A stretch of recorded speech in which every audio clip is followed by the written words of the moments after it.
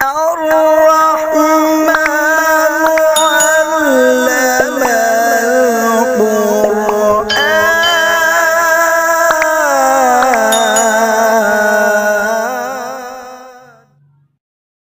بسم الله الرحمن الرحيم. عن أبي هريرة رضي الله تعالى عنه قال قال رسول الله صلى الله تعالى عليه وسلم لا تقوم الساعة حتى تخرج نار من أرض الحجاز تضيء أعناق الإبل ببصرى. رواہ البخاری. نبی کریم صلی اللہ علیہ وسلم نے ارشاد فرمایا، قیامت قائم نہ ہوگی یہاں تک کہ سرزمین حجاز سے ایک آگ نکلے گی اور بصرہ میں اونٹوں کی گردنوں کو روشن کر دے گی۔ دوستو، قیامت کی علامات صغریٰ کا بیان کیا جا رہا ہے۔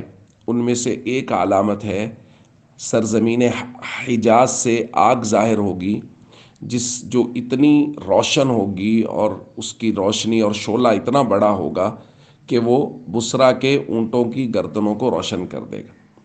ایک آگ یمن سے نکلے گی، وہ قیامت کی علامات کبریٰ میں سے ہے۔ یہ ہے علامات صغریٰ میں سے، اور یہ اسباب کے تحت ہوگی۔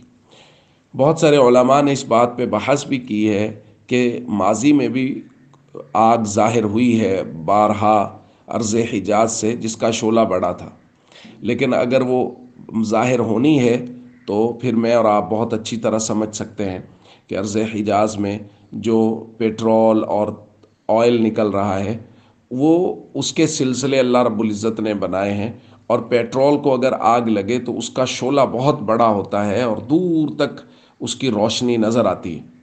تو اگر اتنے بڑے پیٹرول کے ذخیروں کو کسی جگہ آگ لگے گی تو ظاہر ہے اس کا شعلہ بہت بڑا ہوگا اور دور تک نظر آئے گا۔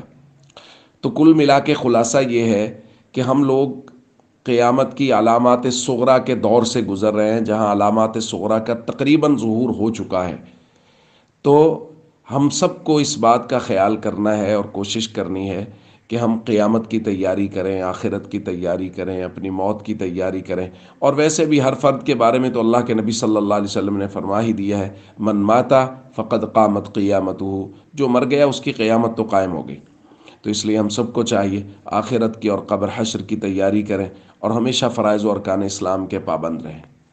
السلام علیکم ورحمۃ اللہ وبرکاتہ۔